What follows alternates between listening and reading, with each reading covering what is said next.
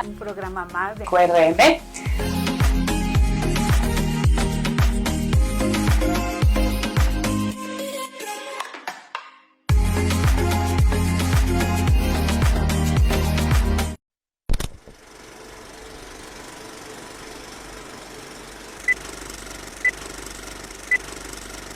Hola, ¿qué tal? ¿Cómo estás? Muy buenos días, qué gusto saludarte. Aquí en QRM quiero registrar mi marca. Estamos muy contentos porque el día de hoy tenemos un invitado especial. Qué lindo que podamos tener un tema como el día de hoy. Y es por eso que hoy te invitamos a que conozcas un poco más del ordenamiento territorial, a cargo de nuestro amigo Valente Sousa Saldívar. Qué gusto nos da que estés aquí. Muchas gracias, Gaby. Así es, porque Valente, aparte eres un gran amigo y bueno, ya tenemos un ratito aquí platicando y no saben cómo me invita a que conozcan ustedes también un poco más de lo que él nos va a compartir en este momento. Así que, muchas gracias, oye, Gaby. qué bueno que tenemos esta marca. Gracias por lograrlo. Bueno, ahorita me estaba platicando un poquito de su marca, pero yo quiero que ustedes conozcan un poco más del arquitecto Valente. Como ya les dije, es un gran amigo, pero yo quiero que ustedes escuchen un poquito. Él es graduado como arquitecto en la UNAM, trabajó en proyectos de planeación urbana en Tanzania y México. Trabajó para Booz Allen Hamilton en áreas ambientales.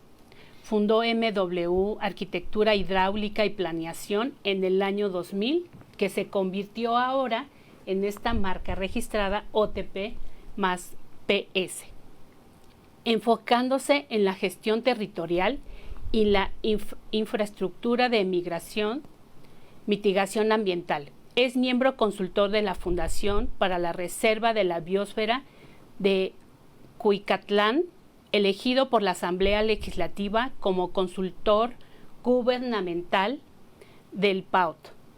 Así que nuestro amigo Valente Sousa es una biblioteca andante, créemelo. Yo te invito para que lo escuches y además lo contactes en este momento, en algún momento de esta plática nos va a comentar cómo lo podemos contactar. Y sabes, principalmente es una persona muy alegre, muy sencillo, muy sensible, me encanta, y quisiéramos preguntarle algunas cosas. Así que si también tú tienes alguna pregunta, nos las puedes hacer, porque él está dispuesto a dar. Eso me gusta, Valente, de ti. Gracias. Está dispuesto a dar y ahí está, nos explica y Pues nos todos platica.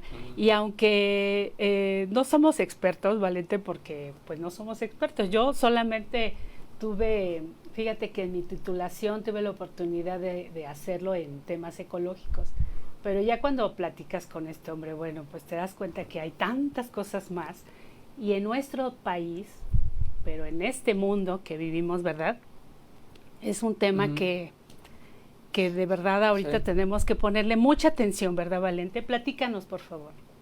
Sí, en el nombre de la empresa, Ordenamiento Territorial y Procesos Sustentables, es hacer un microcosmos de este planeta, que es una anomalía, yo podría decir, en el universo. Ahora estamos invadidos de muchísimas imágenes del web y de diferentes satélites y sondas que están explorando el universo. Y hay un dato interesante, reciente. Se empezaron a explorar exoplanetas por la NASA hace unos 27, 28 años. Y el número de exoplanetas identificados a la fecha, porque cada vez tienen mejores instrumentos con mayores precisiones, llevamos actualmente 225,000 planetas identificados que podrían ser, que tienen condiciones similares como al sistema solar en donde está nuestro planeta. Y de esos 225,000, el único planeta en donde llueve agua es este. Los demás llueve azufre, amoníaco, nitrógeno, otras cosas. Y pueden tener, por supuesto, pueden tener agua a 60, 80 kilómetros de profundidad de su corteza, pero tiene esta molécula prodigiosa que es H2O, son dos hidrógenos y un oxígeno en el estado vapor, líquido y sólido, que es lo que hace que este planeta sea completamente extraordinario.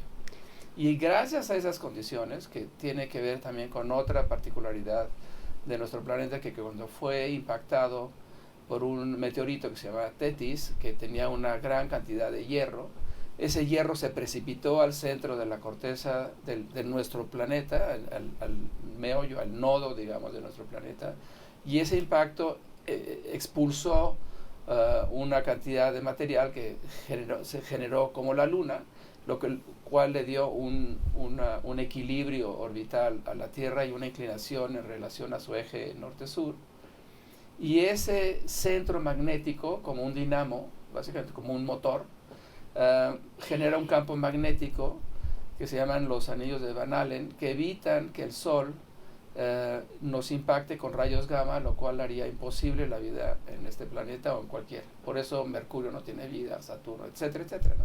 Entonces tenemos un planeta extraordinario y único. Entonces, ordenamiento territorial es como esta superficie planetaria la ordenas en coherencia con los datos que te da el planeta, que son lo que podríamos llamar ciencias de la Tierra, que es geología, hidrogeología, botánica, ornitología, o sea, todas las disciplinas que están separadas, pero a final del día todas analizan cómo funciona el planeta Tierra. Nuestra especie, que desde el punto de vista de Darwin está haciendo exactamente lo que debe de ser, es increíblemente exitosa, y hemos ocupado en muy poco tiempo, porque si empezamos con los homínidos, pues llevamos entre 2 y 1 millón de años, y el Sapiens, para mí, pues, lleva como 60, 80 mil años cuando pusimos la manita en la cueva, ¿no? Y antes éramos una especie más de primate. Y en ese poco tiempo, porque la Tierra cuando sucede ese evento de Tethys, es hace 4.800 millones de años. Y el universo tiene 13.2 o 12.9, depende cómo calculas lo que ahora llamamos energía oscura, ¿no?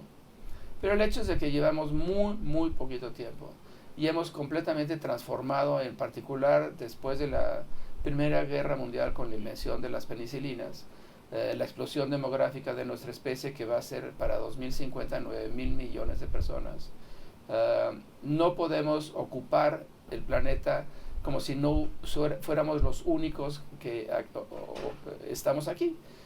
Hay millones y millones de años de evolución atrás de nosotros. Nosotros somos uno de las especies.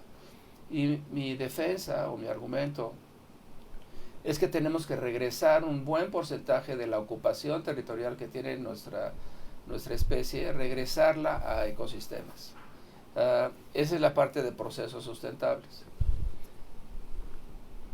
Todo sistema básicamente requiere energía. La energía que nosotros tenemos es del Sol.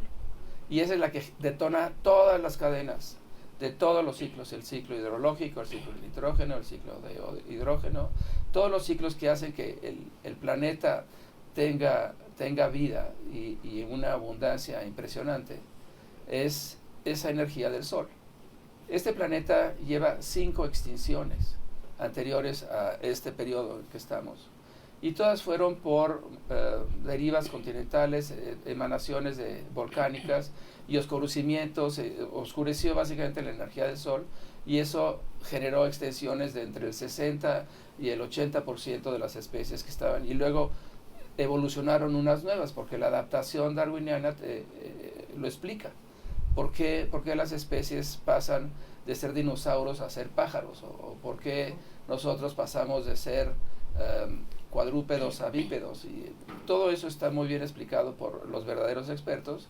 Yo, más que experto, soy alguien que tiene un conocimiento panorámico de estas disciplinas, y entonces puedo tener conversaciones de alguna manera informadas con gentes que son muy, muy capaces, y armo equipos con estas diferentes disciplinas para, si nos bajamos a un proyecto específico, un parque industrial, que ahorita van a estar muy, muy en boga por la transformación del modelo económico de los 90s, en la época de Clinton, que empezó con Reagan, ¿no?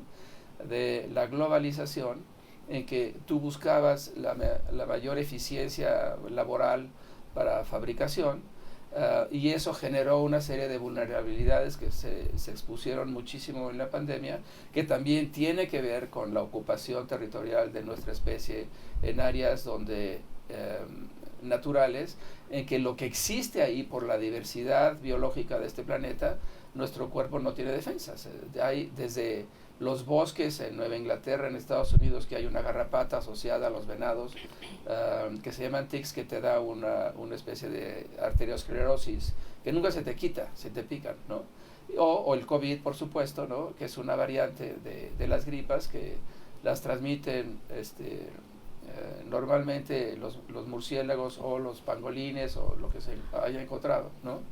Y eso es porque nuestro metabolismo no tiene defensa a eso. Y esto ha pasado muchas veces. Ha habido pandemias registradas desde 62 antes de Cristo con el emperador Antonino, la bubónica, que es la más famosa de todas. Hay muchísimas pandemias y tienen ciclos como de 150 años. O sea, son recurrentes porque la mancha urbana va creciendo y se va metiendo al bosque, que es donde existe esta inmensa diversidad de organismos, de las cuales no tenemos defensas. Justamente por eso, la parte de procesos sustentables es, ya que vamos a hacer 9,000 millones, ya que es imparable el desarrollo económico, por más que digan, cierra la regadera, haz todas las cosas, etcétera, es imparable porque el impulso de nuestra especie, como darwiniana, es ese. Entonces, por lo menos vamos a entender qué es lo que estamos haciendo. Por eso la palabra ordenamiento territorial. Si yo voy a hacer un parque industrial, tengo que entender cuál es la geología donde voy a estar, si voy a tener problemas de percolación, si voy a tener problemas de inundación, cómo voy a captar el agua de lluvia para optimizar mi ciclo cerrado, digamos, de agua, qué tipos de energías voy a utilizar, si tengo viento, si no tengo viento, si puedo usar energías solares, si puedo, ahora se pueden hacer hidrógenos verdes con generación fotovoltaica o eólica. Hay muchísimas variables. Y si vas a hacer un parque industrial, lo vas a hacer no como lo ves ahorita, sino como debe de estar en unos 30 años. Entonces esa perspectiva, se pueden hacer cosas de lo más interesantes en cuanto al crecimiento. Es como un urbanismo, que es a lo que yo me dedico. Yo soy urbanista de origen, me gradué como urbanista en la UNAM y me empecé a dar cuenta con el tiempo de que el urbanismo era sobre una mesa de formaica, no hay territorio abajo. Entonces por eso incorporé las ciencias de la tierra a la ocupación del territorio, y donde yo trabajo mucho es en la frontera, digamos, entre la ciudad y el mundo no ocupado por nuestras infraestructuras urbanas, ¿no? Oye, pues qué interesante, y a mí me da mucho gusto que estés aquí porque hay un tema que la propiedad intelectual, recuerden que ampara todo lo que es innovación y creación, y realmente esta es una materia específica que nos puede dar para mucho tiempo de platicar y dialogar, porque como ya decíamos, es un tema de vanguardia. Como a quién más, porque sé que hay muchas personas que nos interesa el tema ambiental, pero a quién es propiamente, para quién va OTPS, quiénes serían esos clientes, quiénes serían... Sí. Quien en un momento les pueda llamar la atención y decir, a mí me interesa saber un poco más, o me interesa estar en alguno de los planteamientos que tú aterrizas, que tú llevas, para que pudieran estar quizás en un equipo de trabajo, o a lo mejor en una situación que verdaderamente se requiera, ¿no? Sí. Desde el punto de vista equipo de trabajo, yo precisamente trabajo con expertos en sus áreas. Yo soy, como mencioné antes, un orquestador de disciplinas. Entonces utilizo conocidos míos de hace muchos años en departamentos de facultades en biología, geología, botánica, etcétera, que se hacen los estudios y los levantamientos puntuales. Y desde el punto de vista a quién les hacemos estos trabajos, es a gentes que tienen propiedades muy grandes. Por eso los desarrolladores inmobiliarios, si hicieran bien las cosas partiendo de un ordenamiento territorial, en vez de, un símil sería, si yo tengo un terreno y yo lo pienso del terreno hacia afuera, me voy a equivocar, porque estoy básicamente viendo la corrida en Excel financiera de la inversión del terreno con el costo de la construcción contra la venta de esos productos, y eso es mi margen de ganancia. Pero todo es de adentro hacia afuera. Y la ocupación del territorio y la vecindad y la zona de donde estoy no está considerada. Si haces eso, tus costos de operación de ese proyecto van a ser muy altos. También tiene que ver con la normatividad. En México no está incorporada una gestión de territorio. Los franceses lo tienen, casi toda Europa tiene gestión de territorio como una variable importante porque son países muy chiquitos. Entonces tienes que tener en cuenta la posible contaminación de ríos, la posible impacto en zonas forestales o boscosas que tienes junto a tus desarrollos. Entonces todas esas variables entran en juego. Nosotros hemos hecho proyectos para gobiernos y para sectores privados. Uno de los proyectos fue, por ejemplo, en 2003 para el gobierno de Hidalgo. Era la ubicación del aeropuerto de Tizayuca, que en ese entonces estaba en contraposición o en competencia con la primera versión del aeropuerto de Texcoco, que estaba muy cerca de Atenco, en vez de donde fue la segunda opción ya con Peña Nieto. Si se hubiera hecho el aeropuerto de Tizayuca en ese entonces, que todavía no estaba ocupado la cuenca del norte de México, porque la cuenca de México es desde el parteaguas de Las Cruces, cuando pasas la Sierra de las Cruces hacia el Valle de Toluca, y hasta Pachuca. Entonces ese valle tiene cerca de 1 millón de hectáreas. Si hubiéramos crecido son 22 años, no es nada. Sí. No es nada. Si hubiéramos crecido la ciudad hacia Pachuca, del lado sur, porque es donde tienes un volcán muy importante que se llama el Cerro de los Pitos, que tiene otros volcanes hijos de ellos, entonces hay muchísima agua en el subsuelo, porque esta es una cuenca endorreica donde habitamos, la cuenca de México. Eso quiere decir que todo lo que llueve se queda aquí adentro, no tiene salida al mar. Eso sucedió hace 35,000 años, cuando la colada del San Miguel, que drenaba hacia Morelos, hacia el Pacífico, eso ya no existe. Entonces todo lo que llueve en la cuenca de México se queda aquí, y llueve 3 veces lo que consumimos. Pero como lo gestionamos mal, ¿no? O sea, los procesos sustentables y el ordenamiento territorial implica que la mezclamos con aguas residuales y la mandamos por los emisores Oriente y Poniente, el TUA y el TEO, la mandamos hacia Hidalgo para que vaya a dar al Golfo, ¿no? A través de la presa Simapán. Entonces hay un tema de gestión del recurso que yo soy muy crítico al respecto, y he estado en varios foros sobre esto, que en mi opinión ya llegamos a un punto bastante crítico de esto. El grito de nos vamos a quedar sin agua es falso, porque el planeta Tierra es un sistema cerrado, en que siempre va a haber agua, porque siempre tienes evapotranspiración y evaporación de los océanos a las nubes, y lo que necesitas es superficies frías, que es bosques, para que llueva y se percole en la roca de las montañas y recargue los acuíferos y los extraes, y entonces ese ciclo existe. Nunca te vas a quedar sin agua, pero la administración del recurso, eso es donde habría que probablemente hacer cambios importantísimos, en particular cuando venga el siguiente ciclo administrativo del país, ¿no? Que es 2020 hasta 2030, ¿no? Probablemente la palabra agua ya no debe de estar en la Comisión Nacional de Agua.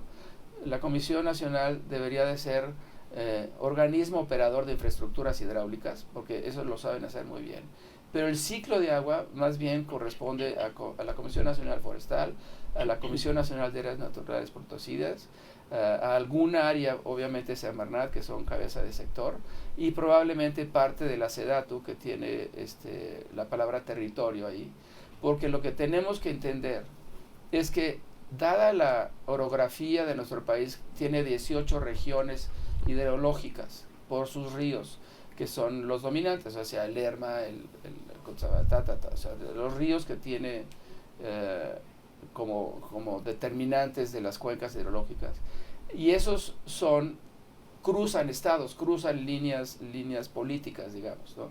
Entonces tenemos que ver el país, en vez de en 32 estados, lo tenemos que ver en 18 regiones, haría mucho más fácil, y existía eso antes. Se llamaban la Comisión del Balsas, la Comisión del Lerma, la Comisión del Grijalva, la Comisión de los diferentes ríos, y entonces tenías un balance, y tenemos ahora los instrumentos metodológicos y matemáticos y estadísticos, etcétera, para predecir los fenómenos atmosféricos por el Niño, por la Niña, los huracanes, etcétera, y entonces ir administrando el territorio de tal manera que optimicemos la recarga de esos acuíferos. Y luego hay otra variable muy importante. El consumo más importante en el mundo de agua potable es el sector agrícola. Entre 70 y 75% del consumo es hidráulico, es el agrícola, con una enorme ineficiencia, enorme. De las 20 millones de hectáreas cultivables que tiene nuestro país, como 4,5 millones son áreas tecnificadas, porque son lo que se llaman los distritos de riego. Yo fui consultor de la Asociación Nacional de Usuarios de Riego en tiempos del gobierno del señor Zedillo, y es muy interesante cómo se organizan estas asociaciones o distritos de riego. Al igual que hacemos carreteras, la infraestructura hidráulica es fundamental, es parte de los presupuestos, debe de ser parte de los presupuestos federales. Entonces, si tú tienes centros de población que tienen arriba de 20,000, 40,000, 50,000 habitantes, esos, como están pagando la extracción del acuífero de su agua, eso debería irse a plantas de tratamiento de agua residual, la norma 03, que básicamente la norma 03 es que retiras los patógenos, que son E. coli, eso es lo que estás haciendo, pero mantienes muchísimos nutrientes. Entonces el volumen de agua que te transfiera esa planta de tratamiento, una planta de tratamiento de 50 litros por segundo, te da como para 50 hectáreas de riego. Entonces tienes nutrientes, ya no tienes que pagar fertilizantes, puedes disminuir muchísimo los herbicidas y pesticidas, y desincorporas del acuífero ese volumen que están extrayendo actualmente los agricultores, porque les estás dando agua con nutrientes del mismo centro de población donde ellos viven. Entonces tenemos que empezar a gestionar el agua de una manera correcta, porque como actualmente está hecha a partir de la ley de 1992, que está en revisión desde 2016 y no se ha podido aprobar.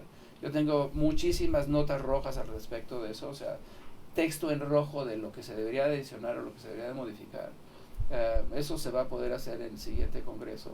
Es fundamental cambiar la ley de aguas nacionales a cómo está hecha, porque volvió a la Conagua, porque ellos siguen un mandato, no es que sean buenos o malos, ellos están haciendo lo que deben de hacer, que es la dotación de agua. Por eso deberían de hacer nada más de infraestructuras, de dotación de infraestructuras, y el que se encarga de cerrar el ciclo hidrológico son instituciones que entienden el territorio. No es un tema de tubos ni de acuíferos como si fuese caja de refrescos de donde extraes. Pero esa es una discusión fascinante, que tenemos que llegar a ella tarde o temprano. Le hemos postergado 15 años o 18 años, hemos postergado esta discusión, porque ha habido cambios de modelo de gobierno, y va a ser interesante. Somos un país muy joven. En cierto sentido lo fundó en la época napoleónica el buen Juárez, y luego lo siguió el buen Porfirio Díaz, o sea, dos grandes oaxaqueños. La Mixteca es una región interesantísima por su orografía, porque se juntan las dos cordilleras, la Sierra Madre Oriental y la Occidental, por el empuje de las placas geológicas que hicieron que esté un poco doblado México, ¿no? Entonces, si entiendes esos fenómenos, tienes una visión panorámica y muy clara, o sea, en automático se te aclaran las cosas. Si ves las cosas como rebanada de pastel, ves una montaña y la ves como una rebanada de pastel, empiezas a ver que adentro hay cosas, ¿no? Y que el suelo agrícola debe de ser, entre más rico en nutrientes, quiere decir que tienes que cambiar las prácticas agrícolas también. Tenemos que usar agricultura regenerativa que restaure la biota, en vez de chaponear y quitar y sacar y quemar y dejar inerte la tierra para poder plantar. estás básicamente pidiéndole a los cultivos que crezcan en condiciones infraplanta, para no decir infrahumanas, ¿no? Sí, claro. O sea, no se puede. Pero si restauras esa materia orgánica al suelo, empiezas a recuperar el suelo. ¿Por qué tenemos petróleo? Pues básicamente porque es la degradación de esa materia orgánica de un planeta lleno de selvas, que son bastante nuevas. O sea, las plantas empezaron a proliferar hace 430 millones de años en nuestro planeta, y conforme se hicieron los movimientos tectónicos y las pangeas y las capas, etcétera, quedaron aisladas esas vegetaciones sin oxígeno, y eso es básicamente el petróleo, un hidrocarburo. Es hidrógeno y carbono, son dos moléculas. Nosotros tomamos agua, que es hidrógeno y oxígeno, es un hidrooxígeno, y el otro es un hidrocarbono. Entonces, si empiezas a verlo así, las cosas se te aclaran rapidísimo. Como podrán ver, nació una marca con conciencia ambiental. De verdad, yo te felicito y te agradezco muchísimo que estés aquí, porque yo les aseguro que todo lo que él nos ha dicho, bueno, mucho no lo conocemos, no lo sabemos, tampoco somos expertos, pero a todos nos tiene que interesar este tema ambientalista, este tema que nos lleva a todos a la vida, ¿no? Porque eso es la vida, y nos interesa. Y bueno que ya también el arquitecto, oye, qué bueno que has mandado un mensaje muy perfil, muy enfático en relación a nuestro nuevo gobierno, que son temas que sí realmente debemos de ponerle todo el énfasis, toda la atención. Y a mí me gustaría también saber un poquito, porque bueno, ya él nos puede seguir platicando, pero también me gustaría que nos platicara acerca de quién es ese cliente ideal, quién es esa persona a la que podemos llegar a cosas positivas, a cosas buenas. Claro. Como tú decías, oye, es que yo lo puedo hacer con un número de personas que son especialistas, pero yo lo puedo ordenar, lo puedo revisar, porque eres un experto en esto, que nos has estado platicando, y me gustaría saber a quién es esa persona, claro, a quien tú buscarías, o que esa persona te esté buscando. Cuéntanos. Sí. Bueno, una aclaración. Esta marca existe hace 25 años, pero yo me dedico a esto hace 30 y pico. Pero sí, gracias a ustedes ya tengo registrada la marca, no la dejé registrada, ¿no? Hernández Carreño Abogados. Y recuerda, en QRM quiero registrar mi marca, y es algo importante porque eres un tema que precisamente quisiera, si me permites, hacer ese énfasis. Podemos haber estado trabajando con una marca por muchísimo tiempo, y la misma autoridad nos dice cuándo fue el primer día de uso, y quiero decirles que esta marca, como dice, es una marca que se está registrando en este momento, pero tiene el uso desde hace más de 25 años. Entonces, así fue registrada, y bueno, ahora ya es una marca registrada, y como ustedes lo ven, es una marca que le va a dar, y que le sigue dando, y que le dará a nuestro mundo, ¿no? A todo lo que tú puedas hacer en conjunto con otros, para lo que nació esta marca, ¿no? Lo que corresponde al ordenamiento territorial y procesos sustentables. Qué interesante, y ojalá que nos puedas platicar quién te debería de buscar, quién es el que te debe de tocar la puerta. Sí, buscas a un arquitecto para un predio urbano, y buscas a otro EPS para cualquier predio que no es urbano, vamos a ponerlo así. Entonces, los inversionistas que tengan terrenos a pies de carretera, por ahí, o sea, ahorita estamos haciendo 4 proyectos, uno en Ciudad Juárez, 2 en la zona de Veracruz y Coatzacoalcos. Estamos haciendo proyectos también en la costa de Jalisco. Entonces, son desde predios que tienen 4 o 5 hectáreas en cierta zona del país. Entonces analizas cuál es su mejor ocupación. Es para bodegas fiscales, es para paraderos, para combustibles, es para empresas, es para un desarrollo inmobiliario de tales características. O sea, todos los terrenos tienen un entorno tanto físico, urbano, dependiendo de sus proximidades. En San Luis Potosí estamos viendo un proyecto muy interesante, son 1,300 hectáreas, y están atrás de una montaña que tiene muchísima agua, de la ciudad de San Luis Potosí, está al norte. Y en esas 1.300 hectáreas yo les propuse hacer un destino en donde tienes casas de campo, y yo les propuse que metiéramos bisontes, porque el bisonte lo que va a hacer es que va a fertilizar la tierra, va a recargar los acuíferos porque viven de pastizales, y esos pastizales decantan el rocío de la mañana y lo meten al suelo. Entonces tienes un destino, vas a ver bisontes, puedes tener un restaurante de carne de bisonte, digo, pobrecitos, pero pues digo, tiene que haber un sí, claro, un negocio que funciona. Y tener casas de campo en donde ahí te caben 1.300, te cabe un campo de golf de 9 hoyos perfecto, si no es que más. Pero digo, es lo que empiezas a analizar. ¿Por qué lado te vas, no? A un campo hípico, ¿no? O polo. Digo, hay muchas cosas que se pueden hacer. Y todo depende. Hay proyectos que me han traído para la zona de Tulum, Yucatán. Y esa sí es de acupuntura, porque puede tener un impacto devastador. Se pueden ver fantástico en planos, pero si lo ves en 20 años hacia adelante, pueden ser zonas que van a ser completamente invadidas por el mar. Hay muchísimas variables que son muy delicadas, y que sí hay que saber la geografía de esa zona para poder determinar cómo vas a hacer tus inversiones. O te vas a hacer otra área que estamos desarrollando, es un fondo ambiental en donde el objetivo es la preservación, que no toques ecosistemas, pero esos son territorios arriba de 250,000 hectáreas, son territorios muy muy grandes, en que forma parte de esta conversación de regresarle planeta al resto de las especies. Entonces estamos integrando un fideicomiso con muchas propiedades que ya tenemos habladas con los ejidatarios, para hacer exactamente eso y vender certificados de ecosistema, ¿no?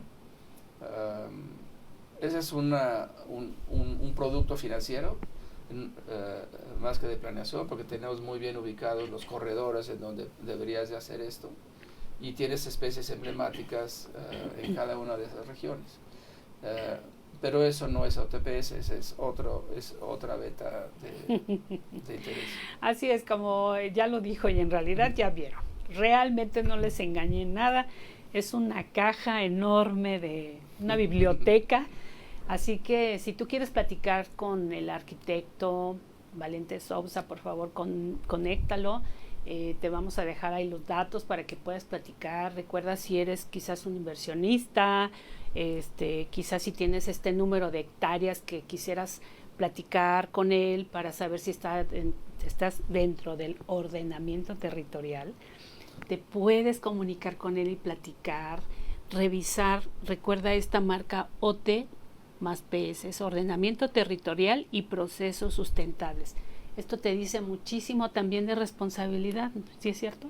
Sí, claro, pero es muy práctico. O sea, los procesos sustentables es eficiencia en uso de recursos, que te sale más barato. Cuando trabajé en Booz Allen y Hamilton, que fue en el final de los 90s y principios de los 2000s, justamente era generar un área de negocio para las empresas en que la parte ambiental no era un tema legal de protección de Semarnat, era una eficiencia de procesos en agua. Vas a ahorrar energía, vas a tener ciclos cerrados, entonces tus costos de operación bajan, porque tu eficiencia